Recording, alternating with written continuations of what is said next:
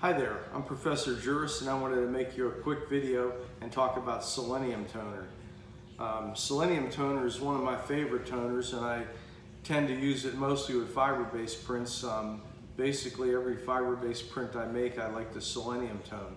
And the reason for that is it'll add a lot of permanence to a fiber-based print. It'll add a lot of permanence to an RC print too. And you can also use it on your negatives. So let me go through some of these things before we actually get started in Selenium toner print. First of all, let's touch on safety. Selenium is a heavy metal, so you do not want to put your hands in it. Putting your hands in it, it will absorb into your skin and it'll stay in your system till you're dead. And if you're using it a lot, you can actually get selenium toner if you were like toning prints every day, and it'll just build up in your system until you get sick. It's very similar to lead. Lead is also a heavy metal. So if you've bought a house, they make you sign a waiver if it's an older house saying there could be lead paint in the house, and that lead paint can cause all kind of brain damage and everything. So you don't want to actually stick your hands in the selenium toner. You may want to wear a mask, and seeing as I'm making this video during COVID, a number of you might be wearing masks anyway, so wearing a mask helps, especially from the vapors. It does have some ammonia vapors to it, just like the Part B of sepia toner. So be safe with it. Do not stick your hands in it. Use rubber gloves or a tong to pick the print up and to put it in and out of the developer. Now, you will need a target print when you're selenium toning, just so that you can kind of see and make yourself some notes what actually happens. So the selenium tone is somewhat of a reddish tone, and if I was to show you this photograph that I'm going to be toning, and I asked you to describe the tones in it, you may not really realize the tone, but it's somewhat of a green. The base of the emulsion that's on here has somewhat of a green tone to it, even though it's black and white, and you'll see that when you selenium tone. So by having a target print, in other words, another identical print that's not going to be toned, you'll be able to see what actually happens with the selenium toner.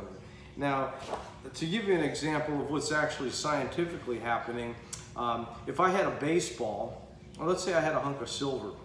Silver is not environmentally stable. It'll actually erode away from the environment. If I had a hunk of silver and let it sit here on the table for like 100 years and we came back, it would not weigh the same amount that it did when I first set it down there, because the atmosphere will etch it away or eat away at it. But what I would do is, taking that silver, it actually oxidizes is what happens to it. But if I took that silver and I dipped it in a gallon of epoxy paint and pulled it out, that hunk of silver would be totally coated. Well, that's what the selenium toner actually does. It totally coats all the silver halide crystals. It coats the silver gelatin emulsion so that the environment can't oxidize the print. It just like covers all the little crystals with it, and it also actually produces a nice color. Now, you can do a lot of reading about selenium toner. Some of the things that you can use selenium toner for is archival permanence, and you can also use it for the color change. I really like the color change. It'll increase your black areas darker, so you can get up to a one-stop darker density in both prints and negatives. So if you look at the book, The Negative by Ansel Adams, there's a whole section on increasing the density +1 in your negatives, and that's especially nice if you have some 4x5, 8x10 negatives that you want to platinum print with. Selenium toning them will add a little bit more density, which will produce a little bit more contrast, seeing as the density will lock up on the darker areas, so it'll give you a little bit more contrast, which is very nice. So we can use it for permanence, we can use it for color change, and you can also, if you have some older negatives at home, like 50 years old that your parents had or your grandparents had, and you look at them, when you look at an older negative, especially ones that weren't developed properly or fixed properly, they'll start to oxidize around the edges, and that's the way the prints actually oxidize from the edges in. So they'll look very silver, mirror-like. And what you can do is put them in selenium toner for a minute or two, and then wash them again, and it'll actually stop the erosion. It'll stop it from deteriorating. So then those negatives will be good from that point on. you know, you can, if you have any really valuable negatives, you may want to selenium tone them too. So what I'm going to do here is I'm going to put a glove on and get a tong so I can handle the print. And I have the selenium toner pre-mixed. What we're going to be using today is we're going to be using the Ilford Harmon toner, selenium toner. Again, Kodak used to make selenium toner. I'm pretty sure they don't make it anymore. You might find some, you know, in some obscure camera store sitting on a shelf that the bottle's covered with dust. But this Ilford Harmon toner is still being made, and it's works very well. You can follow the instructions for mixing it. It's pretty simple to mix. You just add this to the water to create a mix. And what I've done is gone ahead and mixed some fresh up here in this bottle, and I'm just gonna open up the bottle right here and pour some into my tray. And unlike the video I have on sepia toning, with that video you see the results right away. I'm going to look at the clock right here. I'm going to watch the clock, and I'm going to actually give this 3 minutes. And I can again smell the ammonia vapors right now. But I'm going to give this 3 minutes in the selenium toner, and we will be able to look at the comparison print in a photograph at the end of the video. Now, after I am agitating it, and I don't want to load the tray up with prints. I see students do that all the time where they, you know, try to do 30 prints at once or even 3 or 4. I just do 1 print at a time. You know, take your time, do it right, and you'll be blessed with great results. I'm going to add a little bit more toner in here just to make sure the print is covered really good. And again, I'm only doing this demonstration on this countertop table for the video. I would not be toning like this under normal circumstances. When I tone like this at home, I don't have a huge ventilation system, but I just do it outside. I take a little table outside, a folding table, and I set my tray up, and I can do this to any print that I have, even if the print is already dry. Now, if you have a bunch of fiber-based or RC prints and you want them to last, what you can actually do is you could, take a tray outside, get your selenium toner, pour your selenium toner in the tray, and tone the prints, and then make sure you give them a good wash.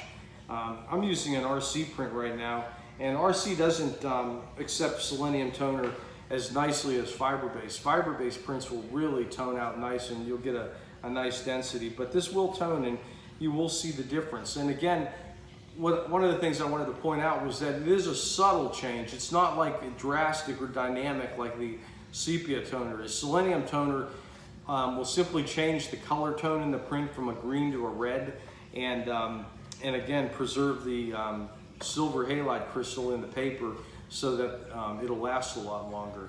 And they say that if you're using fiber-based paper, they say that if you properly develop and stop and fix the print, wash it, and then selenium tone it, that the print should last at least 100 years. And I have some pictures of that my mother had taken of me when I was about 4 or 5, 3 or 4, and they were done by a studio, a photographer in Youngstown, and it was black and white back then, so they were fiber-based prints. And I believe they're selenium toned because they look as nice as the day that they were made. I mean, they're in gorgeous condition yet, so they're at least 50 years old, and they still look great. So there's about 3 minutes right now. So after about 3 minutes in the selenium toner, then what we're going to do is transfer the print into a running water bath, a wash. And I want to wash it for the full amount of time. So this is an RC print. I'm just going to wash it about 3.5 minutes.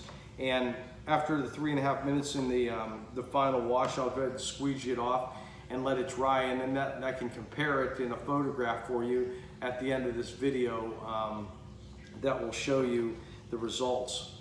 Thank you.